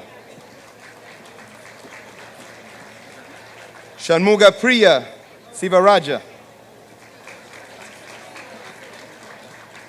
Miranda So. Oriol Soleil Boras. Olivia Sonderman. DJ Song.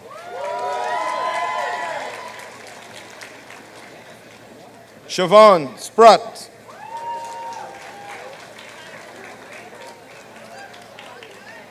Jonathan David Stearns II. Katie Sullivan. Eric Sun. Penny Sun. Nancy Tang. Shelley Taylor. Sarah Tai Singh.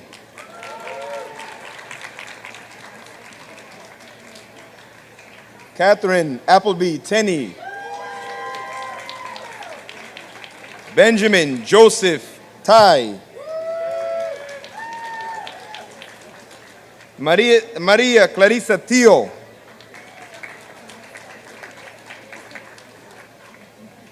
Benjamin Todd. Jimena Tovar. Elise Schlissel Tremblay.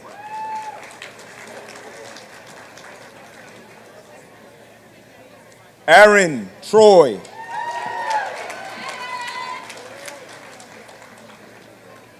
Sena Turkdoğan.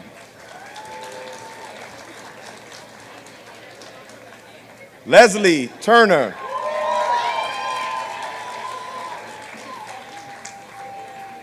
Lauren Yor. Shruti Vaidyanathan.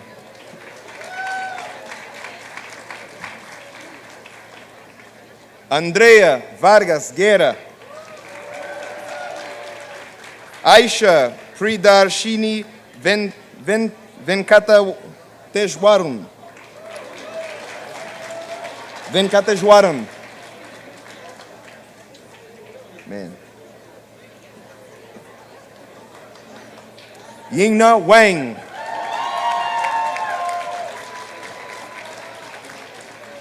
Bathsheba Wariso. Barbara Way. Katie King White. Damon Whitfield. Molly Lowry Whittle. Michelle Monyi Wong. Christina Wu. Raichiro Yagi.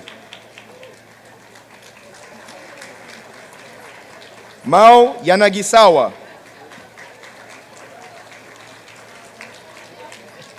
Rebecca Yao. Ismail Yunusa. Clement Zai. Carlos Zegara Zamayao.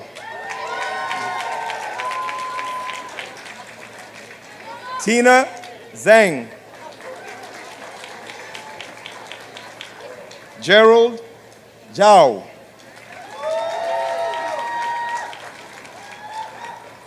Tawanda Zinyandu.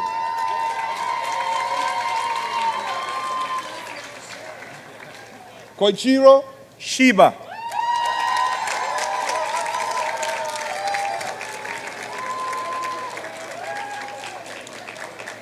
Professor Eric Rim of the Department of Population Health Sciences will be hooding the following doctoral candidates from that department.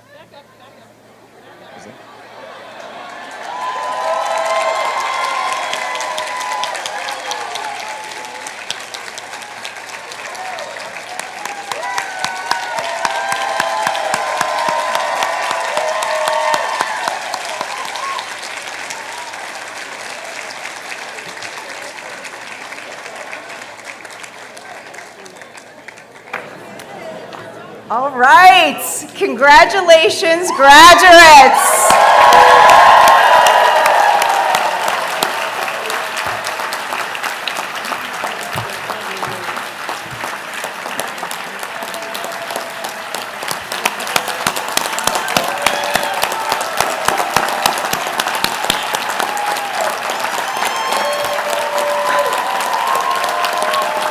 And congratulations to our families and friends.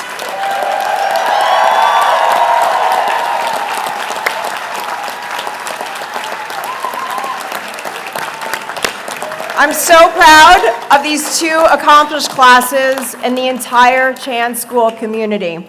So congratulations to all. I hope you'll join us for the reception back at the courtyard, and I hope you enjoy your special day. Welcome back, and congrats.